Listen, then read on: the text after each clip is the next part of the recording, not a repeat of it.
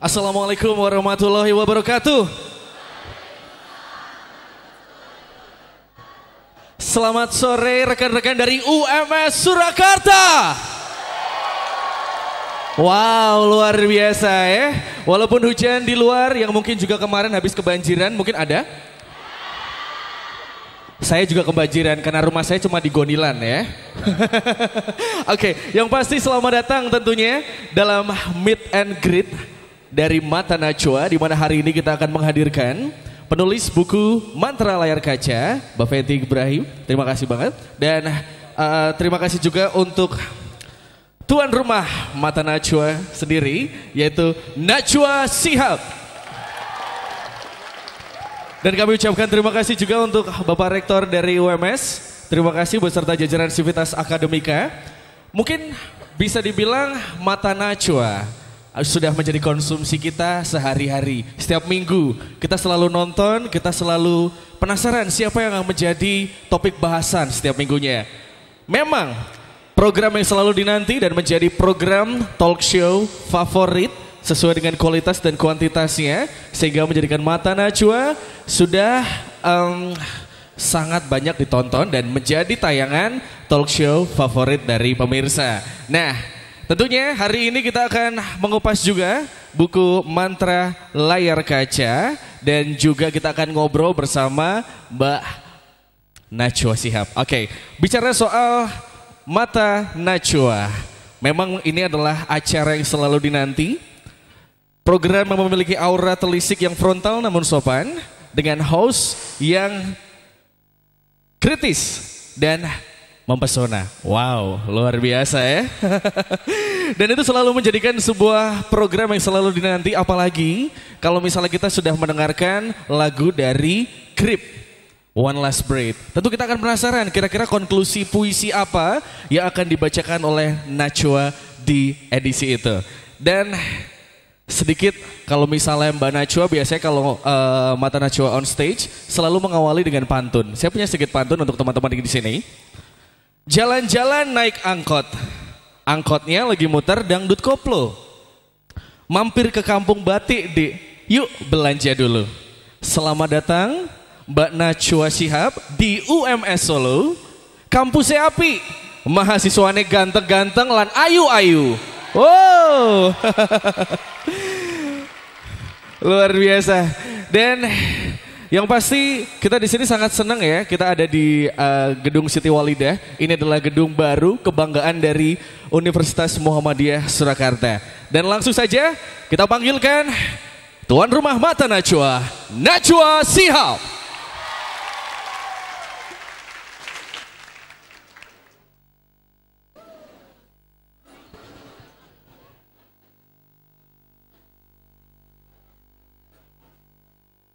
Iya, dan tentunya kami juga mempersilahkan untuk penulis dari buku Mantra Layar Kaca. Kita berikan tepuk tangan paling meriah untuk Mbak Fenty. Fendi.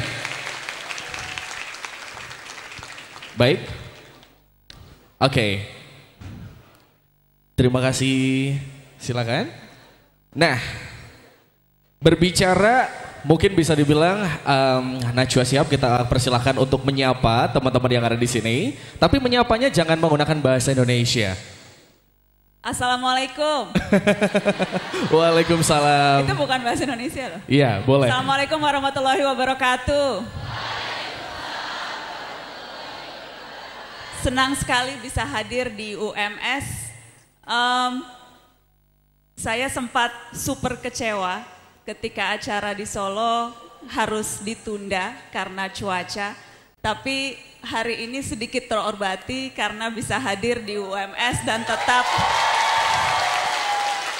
bisa menyapa adik-adik mahasiswa. Karena sesungguhnya energi, saya selalu mendapat energi tambahan setiap kali bertemu dan berdiskusi dengan teman-teman. Karena saya selalu ingat zaman kuliah, ini yang biasanya selalu saya ikuti dan nanti-nantikan kalau ada kesempatan untuk bisa diskusi. Jadi bukan di ruang kelasnya, di luar ruang kelasnya, di itu yang biasanya kelas lebih seru. Oke, sedikit bridging dari Mbak Nana seperti itu. Mungkin boleh disapa dengan menggunakan bahasa Jawa teman-teman yang ada di sini. Bahasa Jawa. Iya. Aku raiso Lah itu tadi apa? Lah itu tadi. Iya. Aku tuh, ibuku tuh orang Solo adik-adik. Oh. Jadi ibu orang Solo, masih punya rumah juga di mana? Pasar Kliwon. Lo kok tahu? Ya saya kan kepo Mbak. Iya di Pasar Kliwon. Mertua saya juga orang Solo, di Solo Baru. Jadi sebetulnya sering sih bolak-balik ke Solo, kalau lebaran juga selalu biasanya mampir Solo. Jadi Solo itu rumah kedua untuk saya. Luar biasa. Oke. Bisa dibilang Solo menjadi rumah kedua bagi Mbak Nana, seperti itu. Kalau sekarang kita tes, boleh Mbak ya? Mungkin ada nggak sih 5 makanan khas atau yang paling khas dari kota Solo yang Mbak Nana tahu? Apa ya? Saya suka sate buntel. Sate buntel, Sate oke. buntel, terus nasi liwet tentu dong, nasi liwet. Terus tengkleng. Tengkleng ya? Tengkleng, Okay. ngomongnya tengkleng, bukan What's the tengkleng. meaning of tengkleng? Yeah. Tengkleng. Terus apa lagi ya? Soto gading. Soto gading, Betul, oke. Soto gading, itu udah berapa? 4 ya? Sudah ada 4 ya, oke. Apalagi satu lagi apa sih? Tergantung Arya mau ngajak kemana habis ini. Maunya kemana diajakinnya? Tim lo, mungkin tim lo mau Oh Mbak? boleh, tim Boleh lo. ya? Oke, boleh. Langsung saja mungkin bisa dibilang, silakan duduk terlebih dahulu. Atau mau udah menyapa boleh terlebih dahulu? Boleh nggak apa-apa, nanti saya turun-turun ke sana. Oke. Iya, Najwa Shihab atau yang akrab kita panggil dengan nama Nana, lahir 16 September 1977. Beliau adalah news anchor di beberapa program dari Metro TV, diantaranya adalah program berita prime time Metro hari ini, ada program talk show Today's Dialogue, dan sekarang program yang sedang digiatkan oleh Mbak Nana adalah Mata Najwa. Putri dari Menteri Agama era Kabinet Pembangunan ke-7 yaitu Khuraisy Shihab ini memang sebenarnya tidak pada awalnya kaget karena kuliahnya di Fakultas Hukum ya Mbak ya, Fakultas Hukum UI, lulus tahun 2000 dan tentunya menjadi jurnalis, bergabung bersama Metro TV dan sempat juga merintis karirnya di RCTI. Oke, dan mungkin kalau misalnya teman-teman yang ada di sini ada pertanyaan yang ingin ditanyakan kepada Mbak Najwa, boleh. Nanti kita akan ada sesi pertanyaan di akhir dan akan ada hadiah juga bagi penanya terbaik. Baik. Oke. Menjadi jurnalis, apakah sudah tempat terpikirkan jauh-jauh sebelumnya? Karena memang sesuai background dari Mbak Najwa sendiri adalah kuliah di Fakultas Hukum. Bisa cerita, Mbak? Adik-adik, saya itu sebetulnya tidak pernah terpikir untuk menjadi reporter televisi. Saya kuliah di Fakultas Hukum UI dan ketika masuk pertama di Fakultas Hukum ya niatnya begitu lulus pilihannya jadi hakim, jadi jaksa atau jadi pengacara. Karena itu pun pada saat masa kuliah saya memilih program studi kekhususan, kalau di UI itu istilahnya PK, program kekhususan litigasi. Jadi saya belajar bagaimana berargumen di sidang, saya belajar bagaimana menyusun surat dakwaan, saya belajar bagaimana memeriksa saksi, dan sudah sangat mantap begitu lulus, ya akan berkiprah di dunia hukum. Tetapi pengalaman saya di semester akhir Fakultas Hukum, sudah tidak ada mata kuliah yang harus diambil, tinggal susun skripsi, tapi masih malas bikin skripsi, jangan ditiru. Oke, itu penyakit klasik ya Mbak ya? Mencari-cari alasan untuk menunda membuat skripsi, kemudian saya mendapat kesempatan untuk magang di RCTI. Sebetulnya agak nggak nyambung Fakultas Hukum magang di RCTI, dan itu pun sama sekali tidak disengaja. Ada iklan di majalah Tempo, dicari reporter magang, segala jurusan, saya mendaftar. Kemudian saya belajar jadi jurnalis di RCTI selama 3 bulan. Tetapi ternyata pengalaman saya 3 bulan di RCTI mengubah rencana saya selama 3,5 tahun belajar di Fakultas Hukum. Saya jatuh cinta pada profesi ini adik-adik, dan akhirnya sejak itu rencana menjadi pengacara terhapus. Saya kemudian memilih menjadi jurnalis televisi, sampai sekarang sudah 16 tahun saya menjadi wartawan. Baik, luar biasa. Itu adalah sekelumit kisah dan bridging dari Mbak Nana. Dan Di depan kita juga sudah ada penulis buku dari Mata Najwa Mantra Layar Kaca. Terima kasih untuk Mbak Fenty Effendi yang sudah hadir pada siang hari ini. Kita berikan aplaus. Beliau memang sangat menggeluti di bidang menulis ya. Apalagi tulisan-tulisannya yang sangat-sangat banyak. Di antaranya adalah beberapa buku laris. Seperti karya pertamanya, yaitu Karni Ilyas Lahir Untuk Berita di tahun 2012. Kemudian menghasilkan Titik Balik Bima Arya di tahun 2013. Sementara ada juga buku Ahmad Syahoneni, Anak Priok Meraih Mimpi di tahun 2013. Dan ketiganya tercatat sebagai buku laris. Dan Mbak Fenty sendiri adalah periset buku biografi dari Presiden Amerika Serikat Barack Obama dengan judul Barack Obama The Stories. Kita berikan aplaus sekali lagi. Beliau pernah bekerja di RCTI, Majalah Forum Keadilan, Metro TV, Antv, dan sekali lagi pernah juga menjadi manajer prime time talk show di TV One. Begitu Mbak Fenty ya. Baik, oke. Mungkin boleh disapa terlebih dahulu buat rekan-rekan Sivitas Akademika dari UMS Solo. Halo, selamat sore. Assalamualaikum warahmatullahi wabarakatuh. Ini saya agak kayak reuni ini di depan Pak Rektor, karena dulu pernah ke UMS juga waktu honoris causanya Pak Karni, jadi senang sekali bisa mampir lagi ke kampus ini, ketemu dengan adik-adik semua di sini. Baik, oke. Kembali lagi ke Mbak Najwa. 10 tahun menjadi presenter berita, news anchor di Metro TV. Bagaimana? 16 tahun. 16 Jangan tahun. di courting loh. Oh ya, 16 tahun ternyata. 16 tahun penuh darah. Oke, luar biasa. Gak ada yang luar biasa. penuh sukacita. Jadi wartawan itu menurut saya adik-adik profesi yang paling seru saat ini di negeri ini jadi wartawan loh. Ini ada yang komunikasi nggak? Angkat tangan yang komunikasi coba. Wow, luar biasa. Dulu komunikasi yang jurnalistik ada. Nah, dikit kan, rata-rata komunikasi pasti maunya masuk PR kan? Ada yang mau jadi wartawan? Kalau jadi wartawan boleh naik foto selfie. Nah, ayo silakan yuk. Langsung, semua mau jadi wartawan. tapi adik-adik menurut saya ya, pekerjaan paling menggairahkan di negeri ini sekarang jadi wartawan. Setiap hari selalu ada yang baru, setiap hari selalu ada peristiwa yang membuat kita tercengang-cengang. Di satu sisi misalnya, tiba-tiba ketua Mahkamah Konstitusi tertangkap tangan suap. Ada miliaran uang disembunyikan di tembok rumahnya. Belum lama, tiba-tiba ada peristiwa yang juga mencengangkan. Ada anak umur 13 tahun tanpa SIM, lari, bawa mobil di tol, belasan orang meninggal. Bapaknya kemudian mau mencalonkan diri jadi gubernur DKI, nggak jadi, maju jadi di Bekasi. Tiba-tiba keesokan harinya misalnya ada peristiwa tembak-tembakan di Jalan Tamrin, ada bom, sudah kayak di film-film. Kemudian tiba-tiba ada peristiwa orang lagi ngopi di Cafe Oliver, katanya dimasukkan sianida.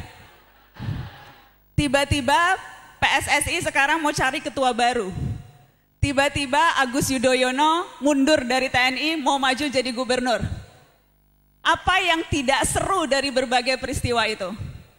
Profesi paling menggairahkan di negeri ini adalah menjadi wartawan ketika kita berada di depan menentukan apa yang penting untuk pemirsa dari sekian banyak peristiwa penting. Siapa yang menentukan ini yang menjadi headline? Siapa yang bilang sidang Jessica berjam-jam itu penting? Lebih penting mana dari tax amnesty orang yang berantri berhari-hari begitu ya untuk bisa mendaftarkan kekayaannya agar bisa mendapatkan ketenangan, tidak dikejar-kejar petugas pajak. Lebih penting mana dibandingkan sidang-sidang di DPR yang hampir sepi padahal harus mengejar program legislasi. Begitu banyak peristiwa penting, mana yang penting untuk diketahui Anda? Itu semua bagian dari tugas wartawan untuk menentukan ini sesungguhnya penting, ini yang harus kita ketahui bersama. Ada begitu banyak peristiwa menarik di negeri ini dan menjadi wartawan berarti kita duduk di bagian paling depan. Bukan duduk sebagai supir, supirnya pemimpin. supirnya orang yang newsmaker yang melakukan. Tapi kita duduk di kursi paling depan, bisa melihat langsung, dan tanggung jawab kita untuk menyampaikan apapun yang terjadi, fakta di belakang itu, agar orang yang tidak bisa berada di dekat mobil, paling tidak bisa mendapatkan gambaran utuh dari satu peristiwa, sehingga ia bisa mengambil langkah-langkah yang penting untuk dia ketahui. Jadi apa sih yang kurang menggairahkan dari jadi wartawan? Jadi mudah-mudahan saya ingin ada lebih banyak lagi wartawan muda yang lahir. Pengalaman saya 16 tahun menjadi wartawan, adik-adik. Profesi ini memungkinkan saya berada dalam situasi yang ekstrim. Kenapa? Jadi malu. Peristiwa meliput peristiwa ekstrim, juga bertemu orang-orang yang berada dalam situasi yang tidak biasa. Bertemu dengan, ya tentunya karena seringnya wawancara politik, bertemu presiden, wakil presiden. Tetapi bukan hanya itu, bertemu dengan orang yang mungkin saja berada pada kondisi yang tidak seharusnya. Saya ingat adik-adik, Andi Malarangeng. Saya pertama bertemu dengan Andi Malarangeng bahkan ketika belum menjadi politisi, masih pengamat. Pengamat yang brilian waktu itu, pengamat otonomi daerah. Melihat karir seseorang yang begitu cemerlang, begitu moncer. Ditarik menjadi juru bicara Partai Demokrat, juru bicara presiden, kemudian menjadi menteri, kemudian berusaha menjadi Demokrat 1, dan saya ingat pertemuan saya terakhir dengan Andi Malarangeng adalah ketika mewawancara ia sebelum diperiksa KPK sebagai tersangka. Duduk berhadap-hadapan, dan saat itu dia bilang, itu Jumat Keramat, dia sudah menyiapkan tas yang isinya buku dan pakaian dalam karena malam itu akan diperiksa KPK dan kemungkinan tidak akan keluar lagi. Profesi ini memungkinkan saya melihat orang di titik yang atas sampai ke titik yang bawah. Ketika harus bertemu dengan orang tua yang kehilangan anak perempuannya karena dibunuh dengan keji oleh mantan pacar dan pacarnya yang baru. Ketika harus mendengarkan kisah seorang ibu yang tertular virus HIV/AIDS dari suaminya, yang akhirnya menularkan ke anaknya, dijauhi oleh keluarga, distigma oleh masyarakat, dan mendengar bagaimana ia berjuang untuk tetap mau hidup. Atau bertemu seorang ibu yang 2 orang anaknya mati disiksa oknum polisi di penjara karena dituduh mencuri kotak amal yang isinya Rp7.500. Ada begitu banyak situasi yang tidak biasa yang kemudian membuat saya berusaha untuk belajar apa yang menyebabkan orang bisa berhasil dalam hidup dan apa yang bisa membuat orang betul-betul putus asa dalam hidup. Pelajaran-pelajaran hidup itu yang saya rasa akan bisa membuat orang harusnya bisa berpikir ulang tentang pilihan-pilihan yang dia ambil. Jadi, dan kisah-kisah itu ada di buku ini, dan mungkin Fenty bisa cerita lebih banyak tentang buku dan apa saja yang menarik untuk bisa dibagi ke teman-teman di UMS. Ya, saya mungkin cerita dulu alasan atau kenapa saya kemudian berpikir bahwa buku Mata Najwa, Mantra Layar Kaca itu harus ada. Kenapa judulnya juga Mantra Layar Kaca? Orang bilang kok kayak sihir, simsalabim. Ternyata mantra layar kaca itu pada akhirnya bisa disimpulkan sebagai sebuah kerja keras di layar kaca yang menghadirkan tontonan inspiratif, yang membuat kita menjadi terhibur juga, mendapat informasi juga, mendapat pencerahan juga. Banyak kisah-kisah yang tadi disebutkan oleh Nana itu saya rangkum dan saya ceritakan di dalam buku ini karena terlalu banyak hal menarik. Kalau di layar kaca kan kita lihat 1,5 jam saja. Mata Najwa. Di balik layar itu dari sebelum lampu menyala sampai lampunya mati lagi itu begitu banyak kejadian. Misalnya mungkin yang terjadi di Solo juga waktu itu Desember 2013 ya. Itu salah satu episode perdana yang saya ikuti dalam proses penulisan buku Mantra Layar Kaca. Waktu itu episodenya penebar inspirasi. Jadi banyak story bagaimana bisa menghadirkan 5 narasumber yang pada saat itu memang sedang populer dan kemudian salah satunya menjadi Presiden Republik Indonesia.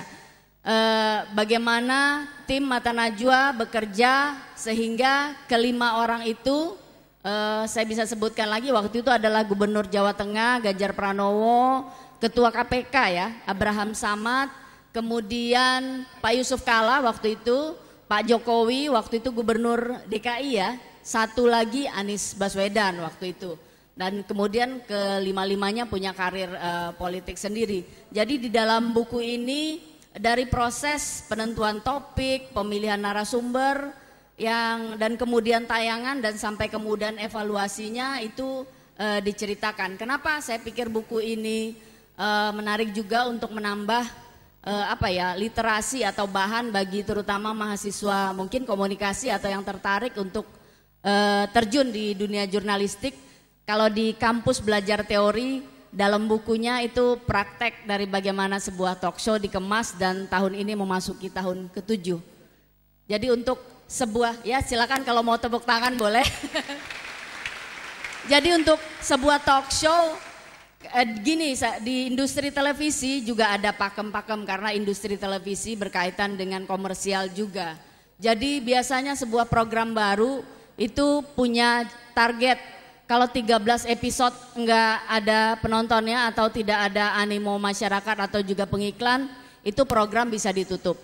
Enggak harus orang yang biasa-biasa aja, bahkan orang terkenal yang mencoba membuat program televisi 13 episode udah tutup. Dan itu adalah tantangan yang juga dihadapi oleh Najwa Shihab dan Mata Najwa ketika memulai. Tapi memang satu yang bisa saya garis bawahi, saya sudah bekerja di banyak stasiun televisi. Yang satu yang saya tahu adalah bahwa di Metro atau khususnya juga di Mata Najwa enggak harus selalu ukurannya berapa tinggi rating pada satu episode, enggak harus itu ukurannya, tapi apa informasi yang ada. Dan Mata Najwa mengalami perjuangan naik turun dari pertama kali dibuat pada bulan November 2012 ya, 2009, dari 2009. Dan walaupun ratingnya naik turun, tapi kemudian stabil dan sampai sekarang bisa bertahan. Dan itu juga diceritakan bagaimana topik-topik yang dipilih bukan hanya tentang topik yang high profile atau tentang kasus yang kontroversial. Kayak misalnya contohnya mungkin tadi malam membahas mengenai apa yang penting buat warga Jakarta untuk memberitahu siapa calon-calon gubernurnya. Jadi bukan hanya tentang kasus yang high profile tapi juga suara dari orang-orang yang tidak tersuarakan. Itu yang tadi disebut Nana mengenai ibu yang 2 anaknya meninggal atau tentang berbagai kasus-kasus hukum lainnya. Termasuk apa yang tidak diketahui oleh masyarakat banyak. Ya, betul. Seperti itu. Dan kemudian diambil oleh Mata Najwa karena mereka punya tim yang bekerja memang bukan suara seorang. Jadi keputusan untuk mengambil topik ini yang saya ikuti ketika saya menulis buku. Saya kan harus hadir di setiap rapat mereka, setiap evaluasi mereka. Keputusan itu untuk menentukan topik bukan preferensi atau kesukaan pribadi atau karena Nana sebagai host kemudian harus mutusin ini topiknya, enggak. Tapi itu adalah sebuah hasil dari perdebatan, dari masing-masing melontarkan ide. Jadi gini adik-adik yang mungkin belum bisa merasakan bahwa dalam dunia jurnalistik itu di ruang redaksi itu semua orang itu punya suara. Jadi sifatnya egaliter. Mungkin beda budayanya mungkin dengan budaya di luar dunia kewartawanan yang saya tahu. Jadi mau dia asisten produser atau dia sekedar periset atau dia seorang seperti Najwa Shihab, mereka punya hak yang sama untuk berdebat tanpa harus khawatir bahwa habis ini bagaimana ya penilaian saya bakal diapain ya gitu. Enggak, itu yang saya lihat. Jadi apa ya namanya, budaya demokrasi itu benar-benar ditumbuhkan di dalam tim Mata Najwa. Itu yang saya pikir juga merupakan salah satu dari kunci sehingga talk show ini bisa mendapat banyak penghargaan, termasuk dari KPI ya. Saya pikir ketika televisi di KPI itu kan pengawasnya ya, kayak wasitnya sepak bola gitu. Tapi bagi saya juga ini kok KPI yang biasanya bilangin televisi itu kualitas tayangan, ya kayak survei terbaru KPI ya. Hasil terbaru KPI yang bilang bahwa tayangan televisi, baik berita atau infotainment itu kok kadarnya naik sedikit tapi belum memuaskan. Tapi dilala kok talk show politik ya, ini yang nonton ini adik-adik semua ini bisa nungguin Mbak Nana dari tadi jam 1 ya. Jadi jangan gitu. Oke, baik. Menarik membicarakan tentang Mata Najwa. Mungkin ketika akhirnya Mbak Nana mendapatkan sebuah program Mata Najwa dan mengambil sebuah simbol yaitu mata. Kita mungkin sebagai manusia, sebagai rakyat ya, kita biasa melihat dari sudut pandang berbeda. Apakah mungkin itu yang menjadi filosofi dari Mata Najwa? Ketika memutuskan untuk membuat program sendiri adik-adik, itu saya nervousnya luar biasa. Ketika Metro meminta saya untuk membuat acara memakai nama sendiri, itu super deg-degan. Ketika itu saya 10 tahun berkarir sebagai wartawan dan memang sudah punya program-program yang saya pegang di Metro TV, tetapi belum pakai embel-embel Najwa di belakangnya, dan saya beban. Saya khawatir bagaimana kemudian itu akan diterima oleh masyarakat. Dan memang Metro TV lah yang memulai tradisi membuat program dengan ada embel-embel nama anchor di belakangnya. Kalau di Amerika sudah biasa tuh, Oprah Winfrey, Larry King, kemudian Anderson Cooper dan sebagainya. Tetapi di Indonesia waktu itu kami yang memulai dengan Kick Andy, kemudian juga ada Just Alvin, ada Virgis Travel Guide, ada banyak program sampai kemudian ada Mata Najwa. Jadi memang sempat deg-degan, sempat menjadi beban dan sempat rikuh begitu. Tetapi kemudian televisi itu teman-teman kerja tim yang luar biasa besar. Yang tampak di televisi memang hanya satu, saya, tetapi ada begitu banyak orang di belakang yang terlibat dalam proses pembuatan atau produksi televisi. Saya kasih contoh Mata Najwa, misalnya kami ada tim intinya 13 orang, ada 1 eksekutif produser, di atasnya kemudian ada manajer program, kemudian saya punya 4 produser, ada 3 staf riset, ada 2 staf produksi. Jadi memang seperti yang tadi Fenty ceritakan, ketika memutuskan akan mengangkat apa minggu ini dan sebagainya, selalu ada proses perdebatan yang panjang. Tadi malam misalnya kami sudah beberapa kali wawancara Ahok, sudah bolak-balik Mata Najwa wawancara Ahok, sudah bolak-balik juga wawancara Anies Baswedan dalam kapasitas yang berbeda-beda. Tetapi kapasitas ia maju sebagai bakal calon gubernur itu belum pernah. Karenanya kemudian kami menilai penting orang untuk tahu apa alasan Anies Baswedan mau maju sebagai gubernur. Penting untuk mengklarifikasi berbagai isu yang muncul. Karenanya pertanyaan pertama saya ke Mas Anies adalah, baru 2 bulan di reshuffle, sekarang sudah mau cari jabatan baru. Apakah ini memang menunjukkan Anies Baswedan ambisius mengejar jabatan? Jadi ada banyak hal-hal yang perlu diklarifikasi. Soal sakit hati di reshuffle, soal bagaimana ia dulu menjadi pendukung jubir Jokowi, kemudian sekarang di belakang didukung oleh Prabowo. Jadi ada banyak isu-isu yang tadi malam dijelaskan begitu straight to the point begitu ya. Mas Anies juga tanpa tedeng aling-aling menjawab, dan saya rasa ini penting untuk diketahui orang.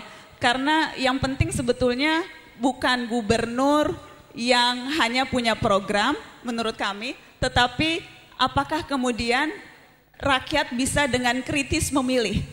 Kami percaya pilkada terutama di Jakarta harus jadi barometer bagaimana pertarungan ide, bagaimana pertarungan gagasan dengan sehat. Karenanya televisi yang memiliki platform yang dimungkinkan untuk orang menyaksikan banyak hal itu harus jadi tempat orang beradu ide dan gagasan. Karenanya kemudian kami putuskan untuk mengangkat itu. Jadi ada banyak hal-hal yang menjadi pertimbangan kenapa satu topik diangkat. karena privilege adik-adik 1,5 jam ditonton oleh jutaan orang dan apapun topik yang kami angkat selalu banyak sekali reaksi yang muncul. Dari mulai mengangkat topik politik sampai kemudian topik seperti yang human interest, seperti waktu itu kami sempat angkat cerita anak Jokowi, wawancara Mas Kaisang dan Mas Gibran. Sebelumnya kita angkat kisah cinta Yusuf Kala, sebelumnya tentang masa muda Habibie. Kemudian ada banyak hal yang kami angkat karena kami berusaha setiap minggu itu menawarkan sesuatu yang berbeda.